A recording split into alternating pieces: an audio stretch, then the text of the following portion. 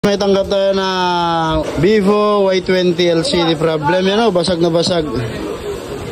Palitan natin ng bago, labor lang tayo.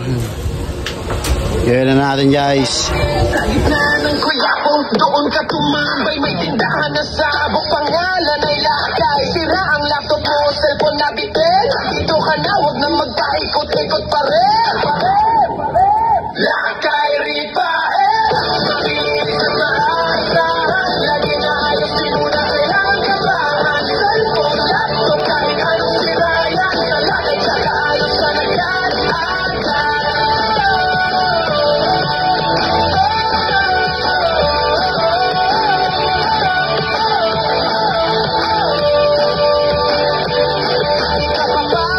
So guys, okay na. Palitan na natin ng LCD.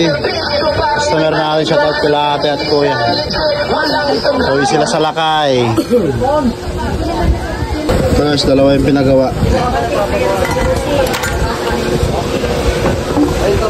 Okay na ko yan. Lobat lang. So may gagawin din tayo na back glass iPhone 11. Kapalit ko lang ng LCD.